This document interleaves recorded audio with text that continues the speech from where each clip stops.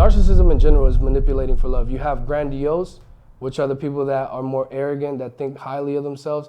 And then you have vulnerable narcissists, the people that victimize themselves to then receive love, right? They will do something outlandish. They will go and ridicule you, and they want you to go give them love and be like, no, you're the best and you're amazing, you know? I learned that lesson from my brother.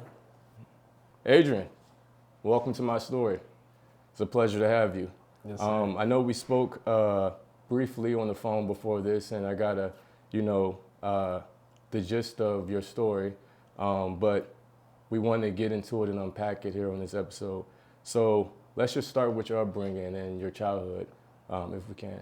Yes, sir. Yes, sir. Well, thank you for having me, first of all, right? Yeah. This is definitely a pleasure to be here and just, be able to express, just my human experience. Early childhood. It's actually pretty funny to think about your first memory. I know a lot of us like to kind of explore hey, what was my first memory? My first memory in life was me in the middle of a scooter, right? Going through an alleyway, zipping through an alleyway, a lot of commotion, a lot of action. And I think that was it's like a moral of what my childhood was for me. So early childhood, 10 months old, my father was just a severe alcoholic. My mother was a mother of two. She was 20 years old. She basically ran away, I'm 10 months old. I go to Dominican Republic.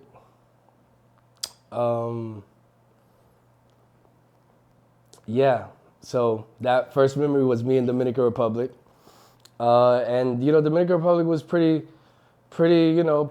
good from what I remember it to be. It was paradise. I felt love. I was being taken care of by my grandparents. So, that was a great thing for an adolescent kid, And then 5 years old, I come to America.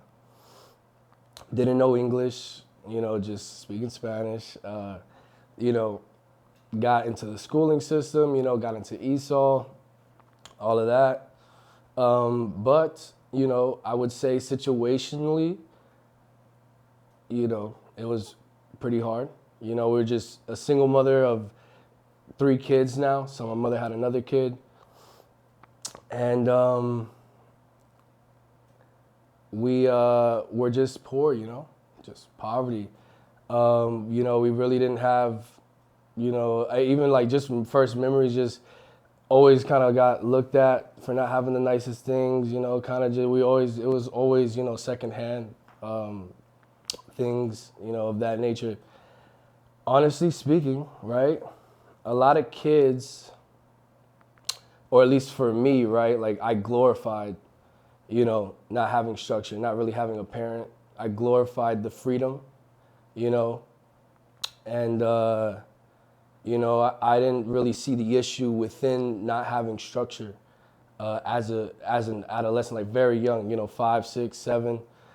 I got into just, we just break things. We were the terrible kids on the neighborhood, I want to say around 8 years old, my mother got with basically my little sister. So now it's a 4th kid. She got with her, her partner, my stepfather. And at that point, he was very abusive. I'd say, it's physically abusive, in the sense, and, actually, and exposing us to sexual kind of things. You're a little kid, you don't really know what things are, you know what I mean?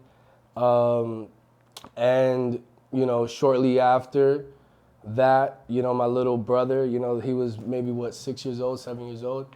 He actually tried to hang himself, just from all the abuse that we were experiencing at the time.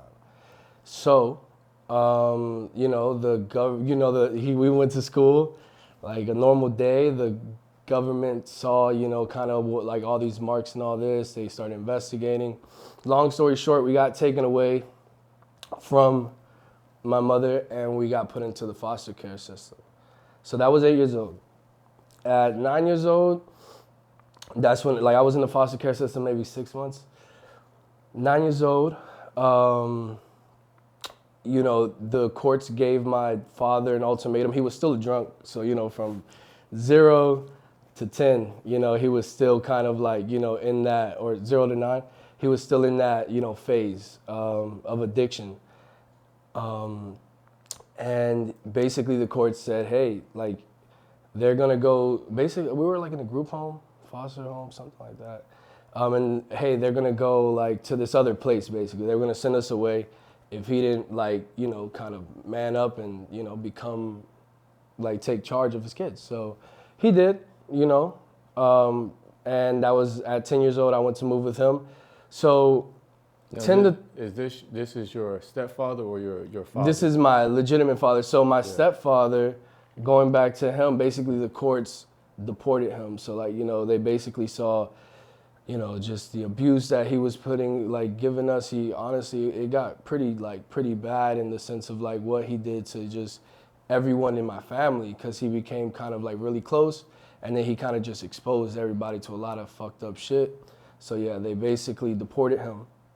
And then, so 10 years old, I move in with my father. I honestly go from a really, from not having anything, being with a single mother of 4 kids, being able to do whatever I wanted to do. Honestly, at 10 years old or 9 years old, I was already smoking weed. I was already smoking cigarettes. Just kind of know, and I was very proud, as a little kid, like, hey, yeah, your parents tell you what to do. Well, my parents don't tell me anything. And, growing up to now, you can see the downfall in that kind of structure, but at the time, I was really proud of it. So at 10 years old, I moved to a nicer area. So I go from being this poor kid, no structure, mother of 4 kids, to basically to my father. Now my father was, beating his addiction, and he was a lot more structured. We did have a lot more things, I'd say, but it was definitely, just a lot more restraint that I wasn't used to at this point in my life. So at that point, I didn't change anything.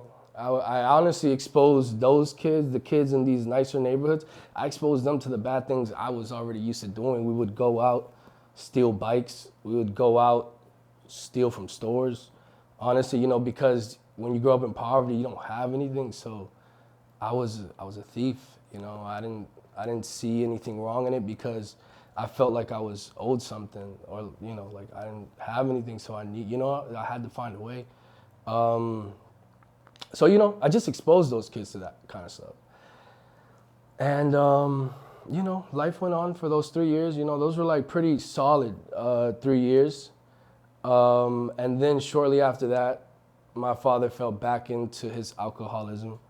My dad is like a very aggressive drunk. It's not just like a person that would just sit there and get drunk and just kind of pass out in the corner. He would want to get in his car, just crash, just do whatever. Like, it was just crazy. He would always just want to fight us, do things like that. Like physical, like. Yeah. Honestly, with my older brother more, but definitely, he was I don't know, we all fight demons, we all fight certain things, and if we don't deal with them, we just we don't even notice, but it's like subconsciously we just reflect it on everybody around us, So yeah, that was 13. From 13 to 15, I was with my stepmother. So my stepmother was a really nice lady. My stepmother was honestly the reason why I think I am the person I am today, because, I didn't have really anybody telling me what to do or what not to do. So You know, she was like the only one, and you know, she would hold kind of the leverage she had with like, hey, you're under my roof. I'm not your parent, and if you want to do whatever the fuck you want to do, then you got to dip, you know? And that kept me, it kept me restrained, you know, for those 2 years, you know, 13 to 15. But, you know, from, you know, shortly after, like, you know, I didn't care, you know? I did whatever I wanted to do.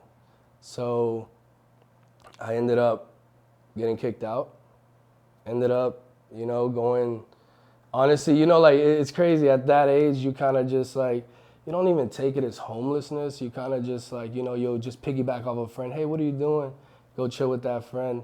Boom. Oh, yeah, no, it's late. Like, I can't even get home. Like, let me just stay right here, you know? And, yeah, like, you know, I'm very grateful for those friends, but it was one of those things. I was technically homeless, you know?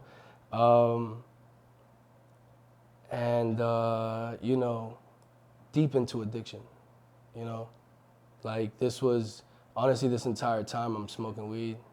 This entire time I'm just kind of like going like a feather in the wind, you know? No structure, no real drive for anything, no belief in anything. Honestly, like, I'm a middle child as well on top of everything. So being a middle child, you don't really, you kind of like, you know, you kind of get in the shadows. You're kind of in the shadows of everything, you know? The younger child gets the appraisal, the attention. The older child, you know, that he was just a lot more assertive, you know, with what he wanted. And I was like, hey, like, everything's going on here, so let me just be quiet, you know? Never really, like, had anything kind of holding me to anything, right? So, 17 years old, right? Now we're 17. I graduated high school. I always had in my head, like, when I'm 18, like, I'm going to have something figured out. I'm going to, like, something, like, you know, I'm going to be into something, you know? I was an electrician with my older brother. And basically, my older brother forced me to take him to the recruiting station, right? We're 17 years old, we're working together. He forced me to take him to the recruiting station. I was always against it. You know, he was like, you know, he wanted to join the military. I said, like, are you dumb? Like, they don't care about you. You know, just kind of downplayed it, talked like horribly about it. But push come to shove, you know, I took him. I'm staying in the car. He was like, nah, man, like, I'm nervous. Come inside with me. I was like, okay. Like, but I'm not talking to nobody. I will sit there. I will help you, right? But I don't want to talk to nobody. Because I was just so dead set. Like, that just was not my path. And basically, I sat there. He went to the recruiter. The recruiter asked, who's that? You know, after them talking for like 10 minutes. He said, who's that? He said, it was my brother. They called me over. I said, no. And basically, like, after like 20 minutes of doing that, he was like, hey, look, just sit a chair right here, right? Sit a chair right here and listen to what I'm telling your brother. So I'm like, okay. Sat there, heard it. The only thing I really found interesting was like, oh, you guys actually have jobs within the military? Like, that's cool. Like, I didn't really know that. But still, no go.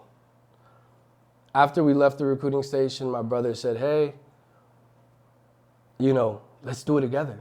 Like, come on, man, Army bros. Like, let's start a new trend within the family. And I was really against it, still kind of like hesitant. But in my head, I was like, hey, let me walk it with you to kind of help you get in. But like, in the back of my head, I'm like, no, I'm not going in there, you know? But basically, yeah, so we took the test. You have to take a test to get in. My brother failed and I passed. I got a pretty high score in that test. It was like I got offered like any job. And I was so excited when that happened because I was like, dude, my brother is the only reason I was here. So he failed, I'm out, like, we're out. Like, you know, I was so happy. And my brother was kind of bummed. He was like, damn, I don't know how I felt, and I'm going to just try to take it again. And I was like, well, yeah, good stuff. Like, do it. You could do it.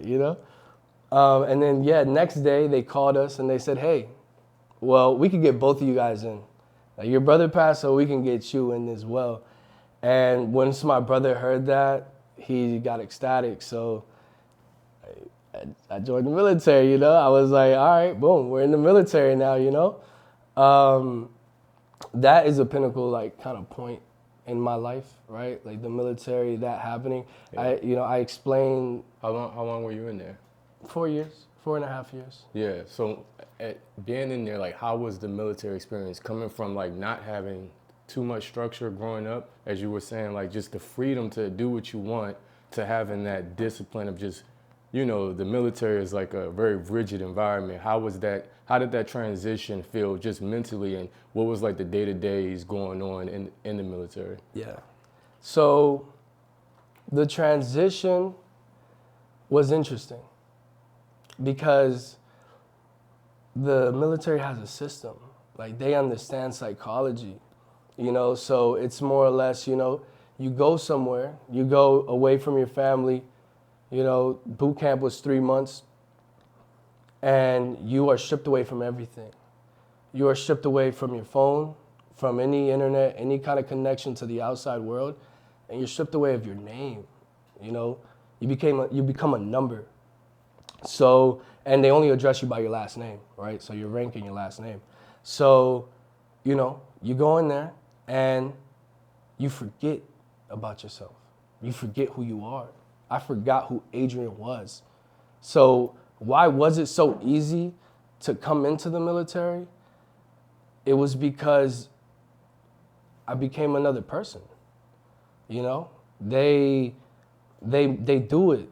Psychologically, you don't even notice that it happens, but before you know it, my first name didn't even ring to me. It didn't even feel like my name. It was only Specialist Vasquez. So it was very easy to pick up structure. Not going into structure, I went from literally smoking every single day of my life. A week before I had to take the drug test to get into the military, I quit. I stopped, and I just stopped, like, off of that, you know what I mean? And just to get in, then to, like, keep staying in. And then once I was there and they got me to be Specialist Vasquez now I'm a number, it was super easy to fall within their guideline and their structure. I was always, like, well versed, like, physically, so I think, like, with, it's kind of like that kind of environment where, like, okay, you're good physically, like, they look, there's something good, so they're like, okay, like, you're a good soldier, and you do well, and you get promoted quickly, things of that nature. So that was, like, for the military, it was very easy for me to come, like, just to, like, break the undisciplined self and get into this discipline. They make it really easy. Yeah. I think that going off of that, the struggle with a lot of military veterans, I mean, they say it themselves, but it's transitioning out of that, because they make it easy in there, and they will make it like, you're in another world. But once you get out of there's a challenge, kind of readjusting and picking yourself back up. And honestly, that's why when you're in there, they talk down on getting out, because it's, they kind of don't even know who they are outside of, like, those constraints. Would you say that when you were out, did anything that you learned in the military, was it applicable to day-to-day life and, let's say, normal society? 100%. Like, how did it translate what you experienced and learned and went through in the military to now you being out of the military after the 4 years that you served?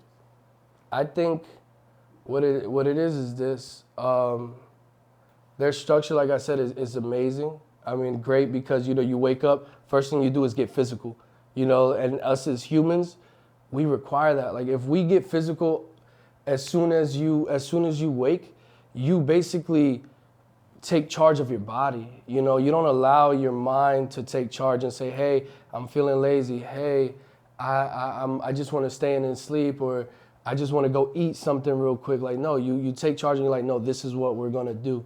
You know, and because you're doing it in an environment, it makes it really easy, you know? So it's one of these things where you learn the lessons within, you know, those constraints.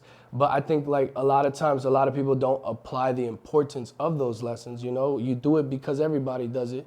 So then when you come out of the military, you have to regain that in a way, because honestly, getting out of the military, the first thing you want is to not do none of that. You're like, I don't want to be waking up at this time. I don't want to be doing, like, you know, that's like the environment that they give off. You say like what was the most important lessons and what did I get most out of the military though, was this. The military broke me. The military legitimately, and it wasn't the military itself. You know, I got married at a very young age. I got married to a very, you know, damaged individual that I thought I could fix. Was this pre-military, during the military? This was during the military. So the only reason I got married was because there's certain benefits that are attached to being married. And, you know, I wanted those benefits. I had a high school sweetheart. I've never dated her. We were friends. And I kind of just pitched it to her that way. I said, hey, like, you know, we're friends, and hey, come and move to Georgia with me and we can go do this and we can be boyfriend and girlfriend.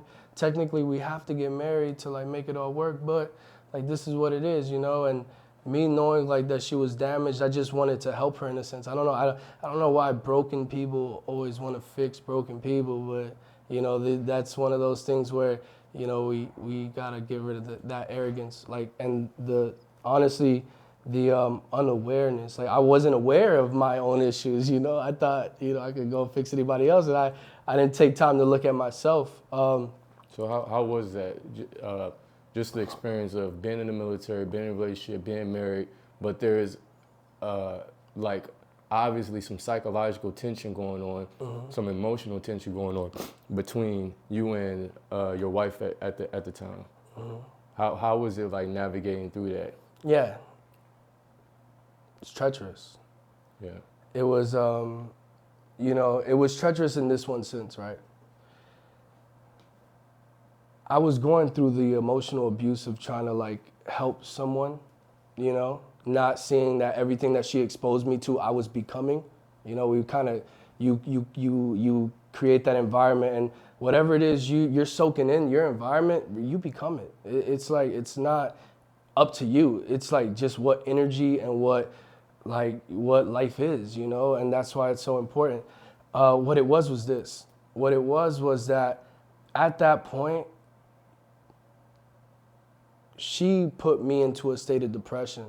She reflected her state onto me. I became that. Shortly after that, like maybe like as soon as I realized I was depressed, as soon as I realized like, wow, I don't like my life, my brother died.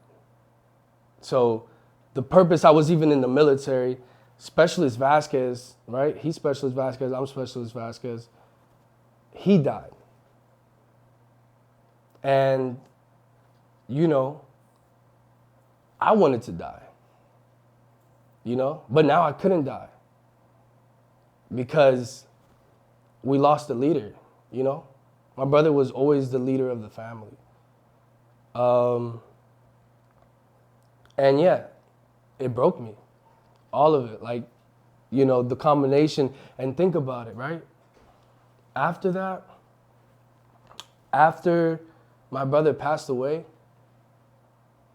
like this individual would use it against me, you know? So that's why, like, you know, it like I say, it broke me because it wasn't just that, it was like the after, you know, not the events, it was the after, you know? I noticed that that it was a lot of manipulation, you know? At the time I didn't see it. You don't see manipulation when it's happening to you. You know, you fall for it, you know? And all I wanted to do after that was get out. I wanted to like go back home. It just got to a point of like, yeah, just calling my parent, like my mom every day and just like crying.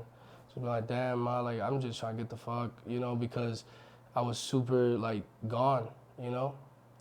But I had an escape plan, right? I brought this girl out here, so I was like, as soon as I go home and we go home, I'm getting like it's a wrap, you know. You feel at the time like almost like trapped inside of that 100%. situation? Yeah. I felt responsible. I felt trapped. I felt,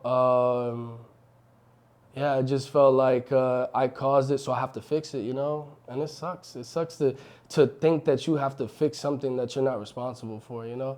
Right. And I think that's where, you know, I was very unaware of my people-pleasing side. So this is what happens, right? I got broken down from all of this trauma, all this stuff, everything that happened, I got broken down. I come home, I get rid of, you know, my wife, you know, boom, we get divorced. I find another partner. I find somebody else.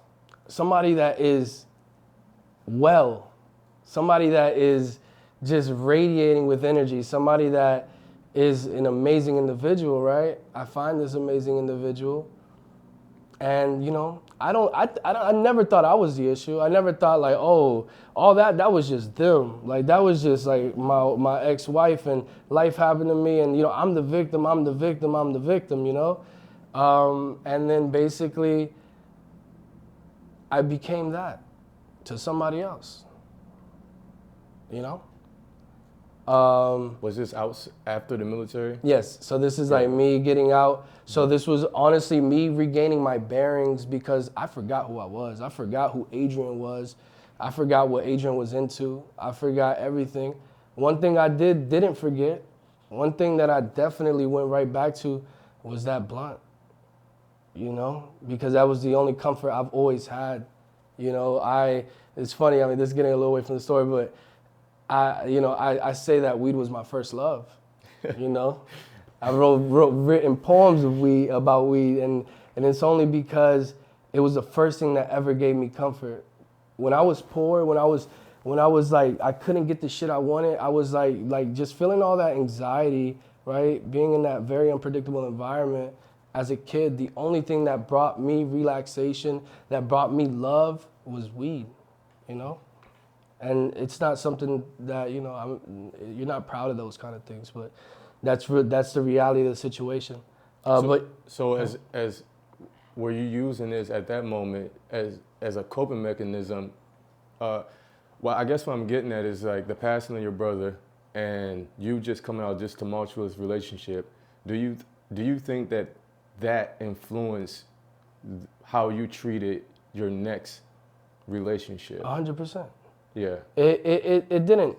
It influenced in the sense that it was it. Like it wasn't the influence. Like I brought it. Like I became it. I became what that situation was with my ex-wife, and I just brought it into somebody else's life. And why? Because I was so unaware of myself. I was so unaware of where I really was. I honestly, what it was wanting to mood alter. Is me being codependent. You see, like codependency is just, you know, it's a lack of identity. It's like lack of wanting to identify yourself with anything. So you want somebody else just there, you know, and I was in that cycle, you know, I didn't know. So you know, basically what it is this. I got with someone else and I did the same actions that were done to me to someone else. That other person, that well person, spoke to me and said, hey, you did this, this, and that. And she sounded exactly how I sounded. Like she said exactly what I said. And like in the sense of like when I was in that messed up relationship. So basically, I noticed that I didn't know myself. I said, what? I really did that? I really said that? I really acted like that? What? No, that's not me. That's this person. And it's like, wait, hold up. It is me. And why? Why is that me? Why? Because I was just so unaware of myself. I didn't know who I was.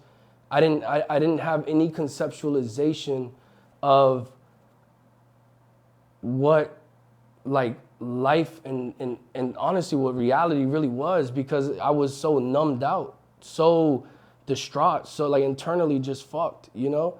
And I really want to, like, the point I want to make in that is that it is no one else's responsibility.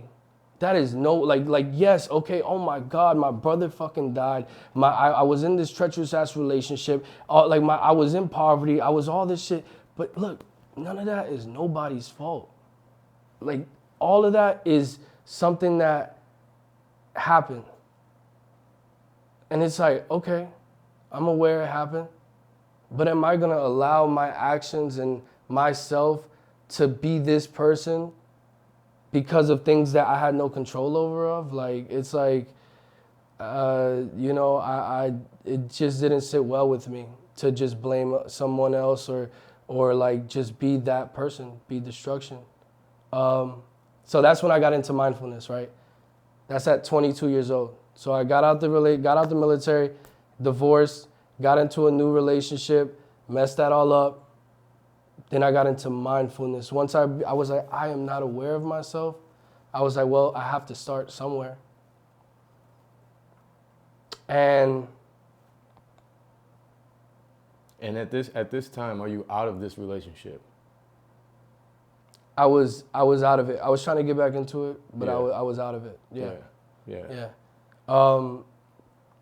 That's where, right? And it's a sticky subject because mindfulness, self-awareness, like learning of self, bettering self, that shit's nonstop. Like, that shit doesn't stop. Like, you may feel like, oh, I got onto this path and I'm doing well. Well, if you don't stay on that path, like, give it a couple days, like, you're not gonna be doing well. And that's why, you know, it goes by steps. So I became aware of my actions. Then I said, okay, stop doing those actions. I couldn't stop doing them. And then I just got, like, I went down the rabbit hole, right? You keep learning more about self-awareness. You keep learning like childhood trauma. You learn about self-actualization, like trying to actualize all of your potential. You go into like breaking down certain boundaries and just become like awareness, right? But awareness is a double-edged sword. You can be aware of certain character traits of yourself, but if you don't put action towards it, you're only going to manifest it to happen, continue to happen. You're not resolving anything with just identifying something, you know? And that's basically where, you know, it started with steps, you know, like in the sense of like, I became aware, I identified, but then with identifying, I noticed it was just happening even more. I was like, whoa, what's happening? I see that I'm a codependent individual. Why am I I see that I'm a codependent individual, and I keep going like from relationship to relationship. Yeah. I'm codependent, but I keep doing it. So it's like, even with the awareness of it, it's something that, and I want to get this right, like as I hear you speak about it, it's something that is a spirit or like a force that's so entrenched in you throughout the years that even seeing it, you can't shake it. At that time, it's taken a lot to even shake it. But I can see what's going on. But it's like, I'm aware of you, but I can't get rid of you. I can't get rid of you. Yeah. So then you basically explore into different concepts that'll help you, right? What it is was, you know, first of all, figuring out like what you can do about now. And like what might take a little bit of work, right? You know, through just learning more about myself, I saw that I'm a vulnerable narcissist, right? My brother actually taught me I was a vulnerable narcissist. Break that down for us. Yeah. A vulnerable narcissist. What is that? A vulnerable narcissist is an individual that, narcissism in general is manipulating for love. You have grandiose, which are the people that are more arrogant, that think highly of themselves.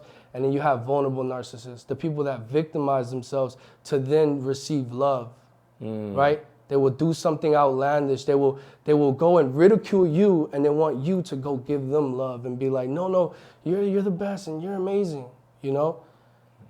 I learned that lesson from my brother. My brother killed himself.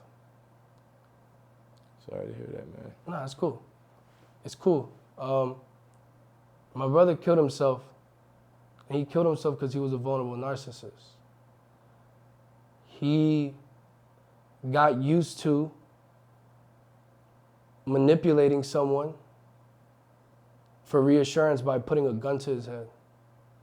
He just got so used to it, you know, and you just, you know, you just keep doing these actions, and guess what? He was getting the result he wanted in the beginning.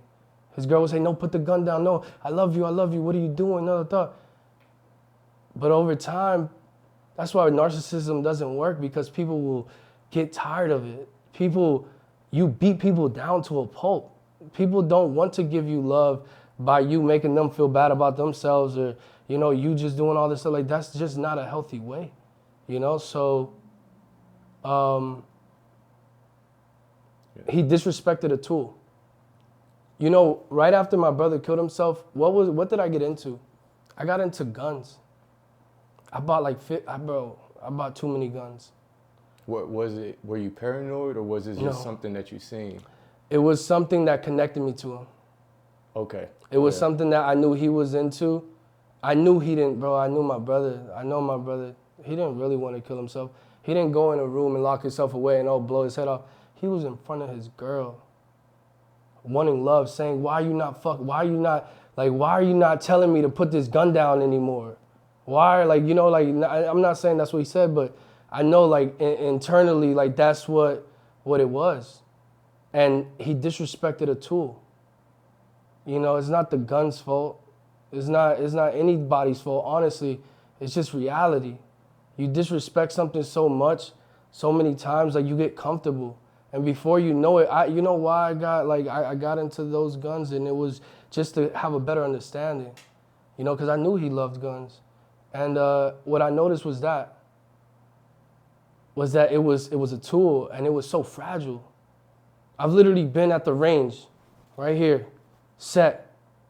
I'm aware. I want to shoot over there, but you know I have to present first, right? I've literally done this, pop, and the gun just goes off. It's physics. It's reality. If you disrespect it, it will disrespect you. You know, so. Yeah, that basically, you know, it taught me that I was a vulnerable narcissist. And it didn't teach me, but basically I just, you know, through the patterns of me basically always feeling like a victim, I just noticed, oh, wow. And then once I connected, like, what happened with him, I was like, wow, like, this is a family thing. And that's what it all is. Like, honestly, a lot of our issues are generational trauma. There are things that you have been fed from birth, and you become, and then you see it, you look back at your whole family line, and you're like, wow, we're all the same. Like, we all kind of like move the same way, do the same things. And that, you know, those are the things that are a little harder, right? Because those are personality traits, right? There's a difference between personality traits and character traits. Character traits are more surface level. Those are things that you can have a little more like almost like codependency. You could call that a character trait. Like, once you kind of break the cycle of it, you're able to kind of disattach and like be like, okay, like I want to create my own identity. Once I created that, I stopped being codependent. Vulnerable narcissism, that's something that I will always have to be aware of, just because it manipulates its way. It's how I was not even taught.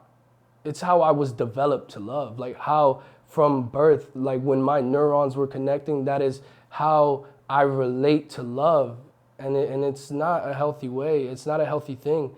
But it's something that I have it's not anything that you can just say, yeah, I'm not a narcissist today. Yeah, I'm not going to feel love that way. I'm going to feel it this way. It just, the brain doesn't compute it, you know?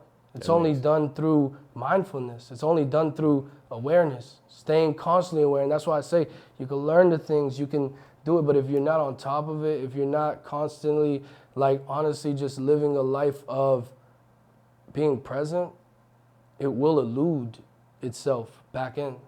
That makes a lot of sense. Just thinking about it, like, it's like a hardwiring. Yeah. The hardwiring is through family, through upbringing and all that stuff. And if you don't shine a light on it, which is a metaphor just for awareness, you can't be honest with yourself. And in a real sense, it's almost like if you're not aware, you're kind of in a way always being dishonest with yourself, because you're not taking an approach to life where I'm going to try to be honest with myself. Like you saying that, most individuals are not going to sit here and say, hey, yeah, I'm a vulnerable narcissist. Yeah. That's going to be something that they probably can feel, that they know, but they're never going to say, yeah, this is what I am. They're always going to say, no, this is what you're doing to me. Mm-hmm. You know, so that to me is just, that is there. I think awareness and honesty is, as I'm hearing you talking, I'm like coming up with this stuff in my head. I'm like, yo, that's like, it's inextricably woven. Yeah. It's like two of the same thing. It's like, to be aware is to be completely honest, in a sense. So yeah, that was, you got me thinking just like about 100%, stuff, you know, and things. 100%. And going back into like, I forget what like you did touch on, you did ask me a question of more or less like, how do you stay on it or on top of it? Oh yeah. Or how do you stay on it? How you stay on top of it? Honestly, right? This has been kind of my biggest, my biggest mission, my biggest like question. That is my question, right? Why? How? How can I be aware of all of these things, really appreciate the awareness I have? Because there's a thing about like being aware and then actually appreciating it, or just like hating the fact that you know these things. Like, I appreciate it, and guess what? Certain things still didn't change. And I was like, why? Mm-hmm. Why? And that's when I noticed that I didn't love myself, that I didn't believe in myself. I had no belief in anything. I didn't believe in my family. I didn't believe in doing better for my generation. No belief in God. I completely disattached from God. Completely. After my brother passed away, he didn't believe in God. So I said, if I believed in God, that means my brother in hell. Fuck that. I don't believe in God. I believed in spirituality. I said, I believe in the universe, right? It was this very disattached belief in, oh yes, the universe, peace, love. That was my identity. And I noticed that there was nothing behind it. Because, man, the only, and it may be different for other people, because you may have not gone through so much trauma to where it doesn't take you a lot to really feel connected to something. Like, you feel already connected to your family, you feel connected to your mother, you feel connected, and all power to those individuals. But there's certain people that have been so traumatized, throughout their upbringing, to where they disattached so long ago. Mm-hmm. I've been disattached since I was fucking 7, 6, 5, 4. Like, what? When was I attached? I don't know. And the only thing that can bring that back is God. Like, as simple as that, is God. And I do not want to talk about it's not a dogmatic God. It's not a like, oh, this scripture God. It's none of that. It is God. It is universal positive force and energy. And God is, just a universal way to say it and to feel it. Mm-hmm. But it could be, with whatever it is, it's just higher positive force. And it is directional. It is to try to be positive, because as long as you're just like, oh, it's universe and it all happens, everything that's meant to happen happens, and you're very disattached, there's a saying that goes like, the devil's playhouse is an idle mind. Yeah. And it's like, if you're just idle about life, you're going to give into your pleasures, these sick pleasures, you know, the ones that don't serve you. Yeah. You're gonna crave more and more like egotistically driven things that are just for everybody else, but they're never for you, because it's never really gonna bring you anything, you know, and you're never gonna connect with self. You know, as you speak about that, I think about all the time, like how I'll come across individuals and they'll say, okay, I'm a free spirit, and, you know, you could just do whatever you want, you know, as in it's almost as if they're saying there's no functional hierarchy or order of good in life. And I always think of God in terms of like, it's like the ultimate all there is. That's why it's like, I am the I am. Like, I'm inconceivable in a sense, but I'm all omnipresent. And I don't want to get too far away from it, but like as I was starting my media company, Go Good Media, and I was thinking, like, things have to be aligned to the order of good. Like, that is what God is essentially. Like 100%. Trees rising upwards, and they give off something that you could breathe, and the sun shines on you and things like that. My only contention when it comes to just like, I would say the undisciplined spiritual approach, where you're just like, I'm carefree and I just do what I want, and I can have sex with anybody, I can do drugs, I can do this because I'm just a entity, creature that's just living and freely expressing myself.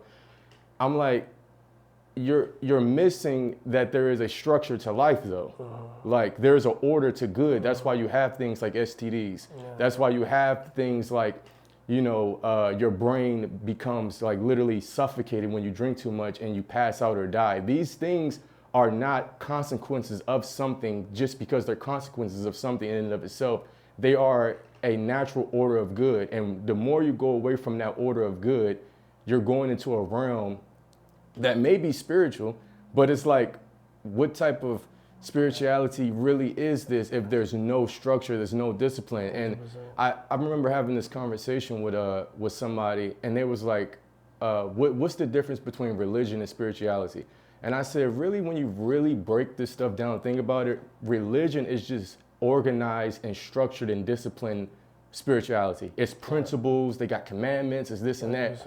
When people more so just say they're spiritual, what I've noticed is that they don't want that discipline. Yeah. You know, whether they say it or not, they're basically saying, I don't want this discipline. I just want to be a, quote, free spirit. So that means I can have sex with this person. I can do these drugs. I can smoke this copious amount of weed. I can do LSD. I can go to the mountains and do ayahuasca and all this stuff, because I'm not held to no standard in a sense. And to that, I always go back to the, like, it's almost like you're not looking at nature then. Yeah. Nature has laws that it abides by. And there's no way that us as humans don't think we have them same laws, which is why, as you see, like when we have psychological apathy, or we have these neuroses going on, whether it's like narcissism or whether it's shame or guilt or things like that we feel, they don't elicit these mental responses and these adverse actions that we display as a result of that for no reason.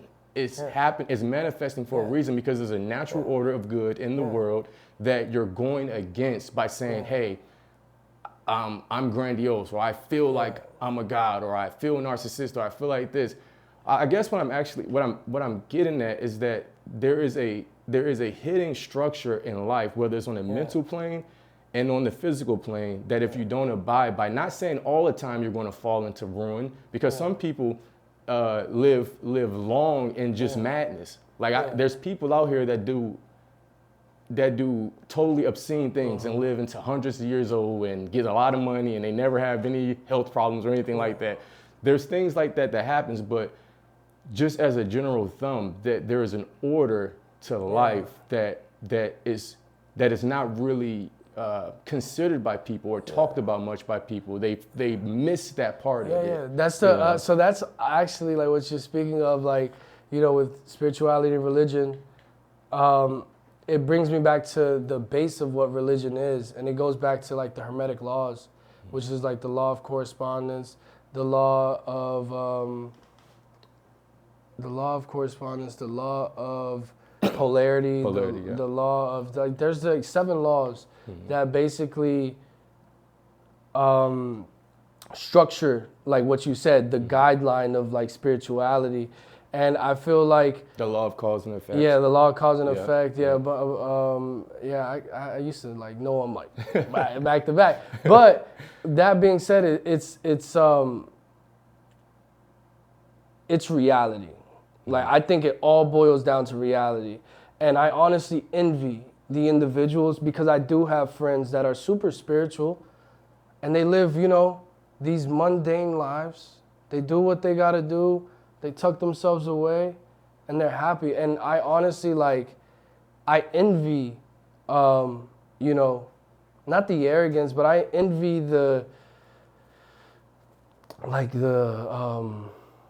Is it the peace? No, I envy it's peace at the end of the day, but I envy like their level of like acceptance of self, you know, like they're like I'm good like this, you know, and that's like where it's all like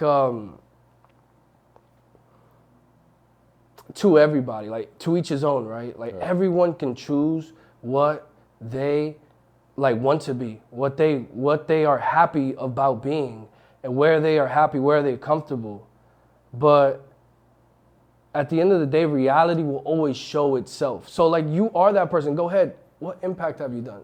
What have you done for your family? What have you done? Like, and if you're okay with it, be okay with it. All power to you. I envy you, honestly, because I tried to just kind of be a, you know, like the spiritual hippie-esque person to be, because, you know, so basically going back into my story, I got into all these mindfulness practices, and I basically kind of formed an ego around it. You know, I'd say it was an ego, but I formed like my personality around it. Like I was this go-lucky, you know, hippie individual.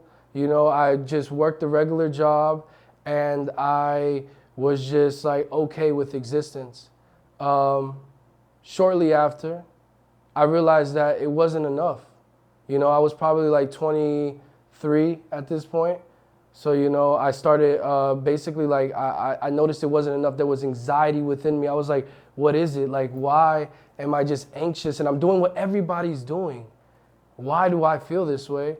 And I noticed that it was like, it was because I wasn't okay with my position. I wasn't okay with seeing my mom not being able to do certain things that she wanted to do. I wasn't okay with seeing my brothers and my sisters in the positions that they were in. So in a sense, what I'm hearing you saying is that you weren't totally content. You weren't content with living solely just for self. Yeah, just for self, just for I'm connected to the universe. Yeah, you know. Yeah. We did skip a little bit because I basically found God after that. I found God once I realized that I had the power to change everything around me. Mm-hmm. Once I realized that the ball was in my court this whole time.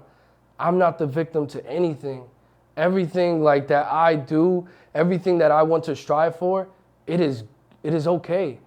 A lot of times our environments try to hold us back. Our environments say, no, good job, you worked so hard and you did amazing and oh my God, your life, like you did great. And it's like, fuck that. Like I'm sorry, but it's not enough for what it is I want to do, you know, for what it is I would feel proud of myself for having achieved. You know, if I were to maintain kind of just like a regular 9-to-5 lifestyle, I was a lot more peaceful. I was a lot more, in the sense, let's say, you know, calm, because there wasn't a lot of moving pieces. I wasn't responsible for much. You know, in turn, I got into my entrepreneurship. You know, once I realized that, hey, I'm not okay with this. I don't feel good being comfortable. I need to start something of my own. I need to aim higher, create something bigger. I jumped into anxiety I jumped into, like not anxiety, but I jumped into like chaos. I am creating a business, a contracting business from scratch with my little brother. We're working so fucking hard way 9 to 5. Like I was working from 6 to 6, and that's an early day, but guess what? Like I was peaceful. Like I was peaceful doing that chaos because I was living within my purpose, A lot of times, like, that's where neurosis happens, right? Neurosis is wanting to be somewhere you're not. Yep. Wanting to be something you're not. But why are you like not? It's your decision. Like you're just comfortable not doing it. You're comfortable not wanting to like go in it, but people don't understand. Like you take that one little step and yeah, it's gonna look like shit. It's gonna look like it's gonna be unpredictable. It's gonna be a lot of, like, when I say anxiety, I just mean pressure. Like there's gonna be a lot of pressure to it, but at the end of the day, that's where your peace is. Like that, your peace is within you living your purpose. And if your calling is like, hey, like I don't feel good here. Like I wish I had the car. I wish I had the house. I wish I had all this stuff. Like you can do it. You just have to take that leap. And people don't understand that leap is peace. Like there's peace on that side. Because maybe it's gonna look shittier. You're gonna make less money. You're gonna blah, blah, blah. But you're gonna understand, no, there's a bigger picture. There's a bigger picture. There's a bigger picture. And eventually, like, you'll get there. I feel like you'll get there. And I feel like everyone that takes that leap will get there. Because, okay, go ahead. No, you're fine. I was saying 100%. It's that leap that you speak of. It's like an arc, right? So you're going over a hill, and to get up that hill is almost like a boulder coming down, and you're pushing a boulder up the hill, but gravity is working against you. Yeah. So it's you feel tension because if gravity works against you, you're going to be, Yeah, you're down. You're struggling. Yeah, it's like you're struggling, right? So that's what it is on a psychological plane, on the physical plane, just going through that tension of saying, hey, I want to be more than this, and then working to become more than that. But you make so much sense is that after you get past that initial like breakthrough psychologically, and you find more peace in your spirit saying, you know what, I understand self, and I understand a part of self is being selfless. So I've come to a point that I don't want to just be for self and say, okay, well, I got a good $12 an hour job or $7 an hour job, and I can afford to pay for my weed, and I can pay for this, and I'm just going to sit here and just live my life. I'm going to do for me, do for whatever I could do without no thought to my children's children, getting my mother a home, leaving a proper or good legacy for my brother, or all of this stuff that is selfless. It's like absent inside the mind of someone who's just in that frame of I'm just going to do for me and I'm just going to live for myself and make sure I'm good. Yeah. Now that's the thing. Like when it comes to like people say, okay, it starts with the self. Most people that knew themselves throughout history, I don't want to speak on the names or whatever, but like the religious figures and the philosophers and the prophets and stuff, these people knew themselves good. Like they were totally aware and they were totally honest. But if you look at the key attribute that most of these people had, they were selfless. Yeah. They knew themselves the most, but was the most selfless, because you get to an understanding that once you like really know yourself, you come to an understanding that, holy shit, I just have to serve. That's like the pinnacle of existence is serving.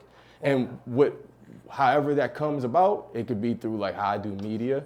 It could be through, and I know you're going to get to into what you got going on in your aspiration. It could be what you got going on. It could be, the guy down the street that's selling bananas and watermelon, and he wants to eventually open up a tropical fruit stand, a fruit market. It goes back to that service thing. So I know I'm being long-winded, but it's like the knowledge of self, you eventually get to the knowledge of selflessness. At some point you get there. And you know what it is? What it is when you become aware of self and you become aware of what's going on around you, energy, you realize that you are just a reflection of everything that you put out. So if you are putting out negative energy and you're like unaware, because a lot of people unawarely do this, then you will just wreak negativity. You will feel negativity. Negative things will happen to you. But if you were to love selflessly, show everyone love, show everyone respect, do things for people just because you know that they're going to appreciate it, you get all of it back tenfold. Mm-hmm. So it's like, once we realize that we're all connected, that's where selflessness comes in. That is what selflessness is knowing that we're all connected and just like, so if I do something for somebody, what I want to be done for me is going to happen. It is like, it is God, like God given, God certain, like it is certain, you know? And it may not look the way you want it to look. It may not be the high life and it may not be the highest of the highs, but it's going, at the end of the day, it will fulfill you. It will give you what you're looking for, you know? Back in like the, and I'll let you continue, but like the history, if you notice, people didn't call each other friends or acquaintances. They always called each other brothers and sisters. Yeah. 100%. Like this goes back to the biblical days, the days of all the early religions. It was brother and sister. And I think they understood something that we have kind of lost in modernity and modern society, is that even in their language, they were trying to connect with one another. Hey, brother, hey, sister. Yeah. You know, so that's just like, you know, it's been there, but like we've gotten away from it. And why we have gotten away from it is because I legitimately feel this, right? Like, you know, universally, you know, it'll always be a fight between positive and negative, you know, always that polarity, right? Yeah. Where negativity wants to outshine positivity. Positivity is you know, almighty in a sense, right? Because that's what we want. We want positivity. We want great things for us and for the people around us. I feel like modern day society, you know, the base of what really structured us was really based on negativity, on greed, on selfishness, you know, me.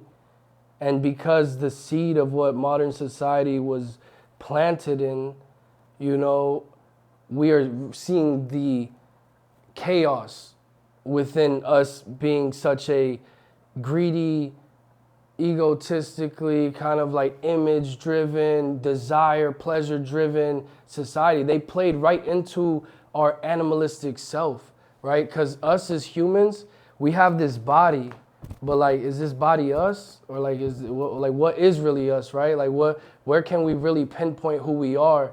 And I think that where we can pinpoint it, right? But where it is only felt is the soul. Like we are the soul, right? Because you can chop my arm off, you can chop every limb of my body off. I'm still here. You know what I mean? You know, in a sense, right? So I say that to say that the animalistic self, this body is not who we are supposed to serve. You know, we're supposed to serve our soul. We're supposed to serve God. And I only say God because we all get whispers. We all get signs. We all get it. Everything's like when things happen to you and there's certain reactions and you're like, how did that happen? If you take time to like really break down like certain situations and how you felt and the correspondence between what happened, what you expected to happen and how you felt, that's God. That's communication.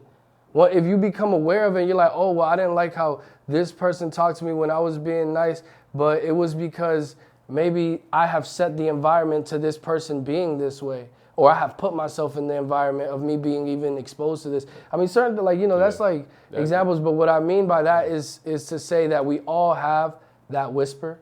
We all have, you know, that communication with God, with the higher self, with the spirit, with the self that says, hey, bro, maybe you need to lose like 10 pounds, 15 pounds, like to look good. Yeah. Maybe you need to stop drinking so much because you know you feel bad, like da da da. Maybe you should save some money, da da da. Maybe you should go reach out to your grandmother because she's not gonna be here for very long. Maybe like, you know, all these little things, we get them, but because we're so focused on serving the animal, we're so focused on serving the ego, the animalistic side of ourselves, we ignore them. And we make them a whisper. Like, I say whisper because we all feel the whisper, but when you really connect with that voice, that's gonna be your voice. You will be a light of positivity. You will do things right. Everyone around you will notice the change. As soon as you like do it, as soon as you say, hey,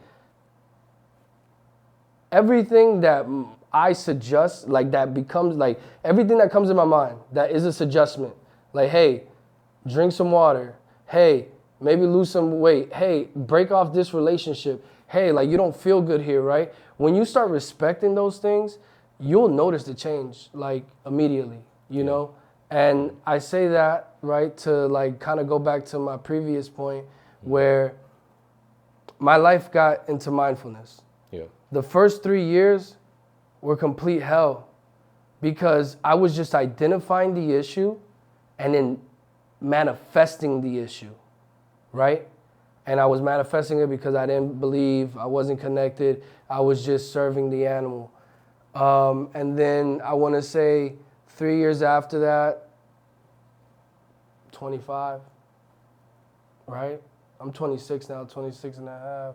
So like, you know, this was only like, it was like right before I turned 25. So maybe like a year and a half ago, or it's like 2 years now. Mm-hmm. No, that was a year and a half ago, right? Yeah. So a year and a half ago was when I was like, nah, man, I need to really put these things into action and listen to God, you know? And I only say that because I became an entrepreneur when I became mindful of myself. So those 3 years of me manifesting negativity, what I noticed was this, right? And this is why I think that the world needs so many more entrepreneurs, right? And it's because there is no such thing of business problems, just personal problems that reflect directly in your business. So when you're an entrepreneur and everything weighs on you and relies on you and it's fucking failing, well, it's failing because you have you have certain personality, not personality, but you have certain things going on in your personal life that are not allowing you to flourish in business, you know? And as we become mindful of that and we fix those personal things, we become aware and we check them, we are able to actually see growth in business. We're actually able to see growth and opportunity, you know? And it's crazy because it's all right there. Like, it sounds, what is that called? When something sounds, like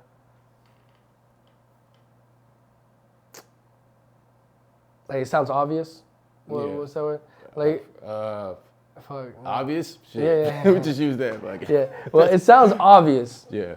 Right? But it's like really, it's harder. It's harder than said. And only because like we're so connected to serving the animal. Mm-hmm. And it's because society wants that. So society. What I was saying is going into that, right? Like going into the, like coming out of both of those relationships, going through this, becoming more mindful, more honest with yourself about things and where you want to be in life, having that time to reflect.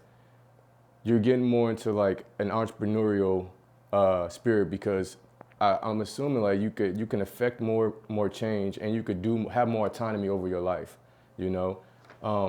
How was that journey? Just going into like that realm? Because as an entrepreneur, I know that it's like a lot of ups and downs. You're essentially like it's nothing to lean on. If things burn, they just burn and crash, you know. So how is that journey moving from all that you've been through, coming up into this precipice moment of now?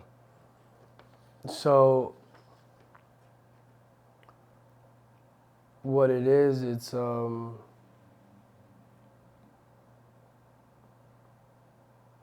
It's belief, you know, belief that I can do it, belief that, you know, it's gonna happen, belief that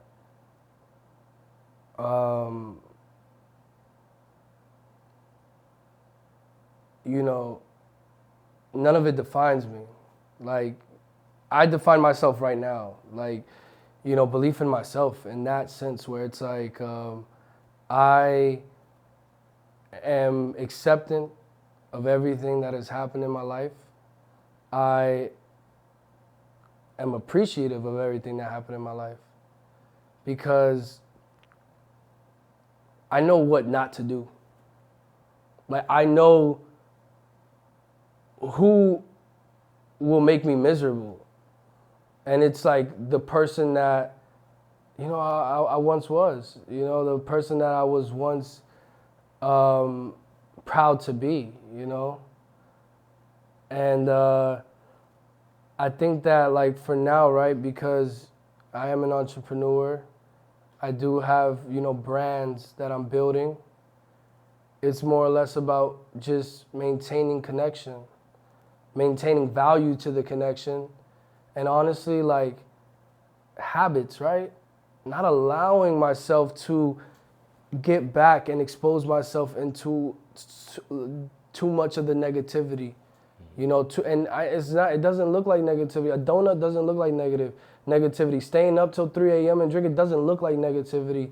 Fucking like, you know, going out and chilling with friends and kind of like, you know, just not, you know, mentally preparing for your next day or just chilling with friends, right? You knowing you got other things to do. Like, it doesn't look like negativity, but those are habits that will ultimately keep you in a very low state. Like, it's not going to bring much to, like, you doing positive for the world and you becoming something positive for the world. Especially if you're, like, I'm not saying, like, let's say you got a great circle, you're doing those things. Like, right now, like, my friends, I do business with my friends. Everybody I kind of hang out with, and it's only because, like, we're all trying to get somewhere. We're all not happy. Like, not even not happy, but not satisfied. And it's not this like, sad dissatisfaction. It's a very motivating dissatisfaction. Mm-hmm. Like, no, I can get somewhere. I can do something. You know, and it's about exposing yourself to, like, you know, those people and staying on it, you know, because the system, right, what we're exposed to every day, like, it is meant to distract you from yourself. Yeah. It is meant to keep you away from yourself, to keep you serving them, right? Going off of what they like, social media, going off of all the fads, your friends wanting to go out to brunch, like, going off, like, and giving into that and into those unhealthy foods, you know. Like, I'm sorry, it sounds anal to a lot of people. They're like, what? You don't want to have fun? You know, like, is that really fun? Like, I'm sorry, but, like, I've done it. I've gone out to brunch, got drunk by 6 o'clock. I'm passed the fuck out. You know what I mean? And I'm like, black the fuck out. And it's like, okay, then the next day I don't feel well. And I'm like, well, I got to go to work. I don't even, let me not go to work.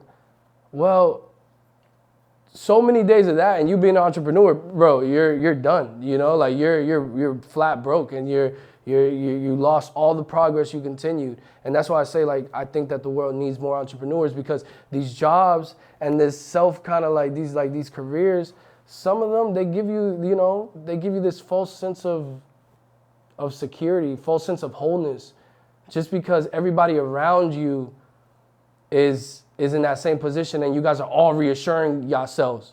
Like, yeah, no, you good, bro. You got your little apartment, you got this and that. But then you think about it, and it's like, well, damn, that group over there, they're like, you know, they have multiple houses. They got all their family members in houses. They got all these cars. They got and it's not about the cars. It's not about like, none of the materialistic shit. It's about the impact. It's about the fact that they're making impact.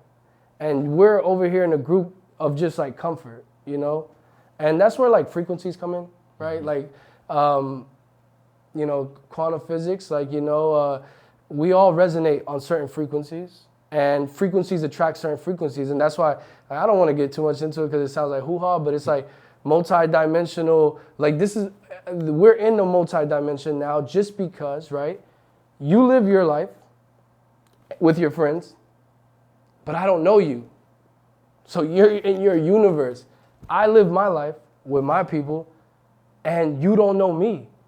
These are two different universes.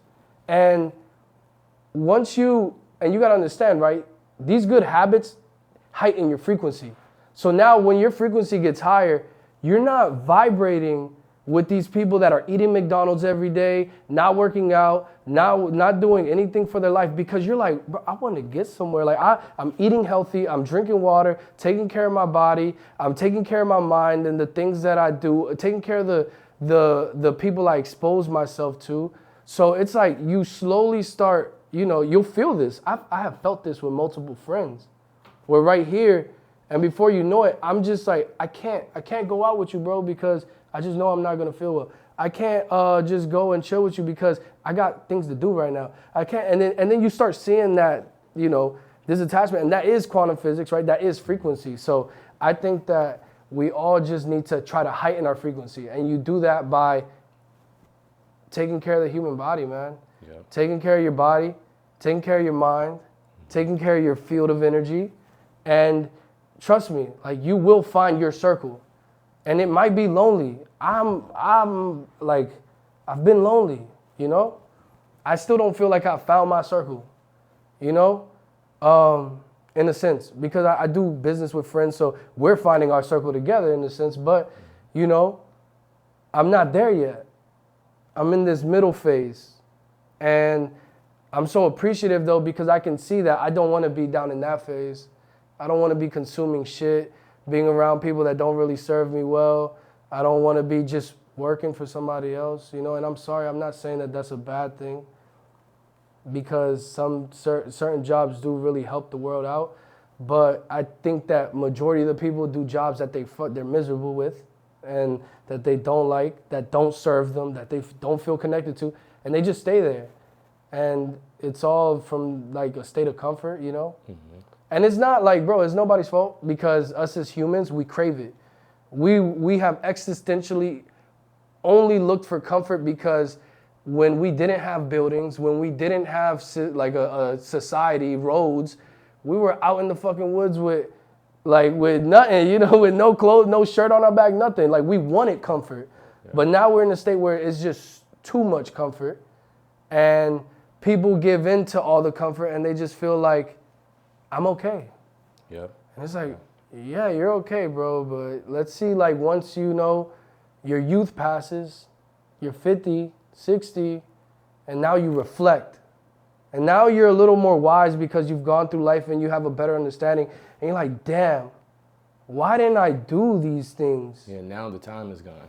Now the time is gone. Yeah.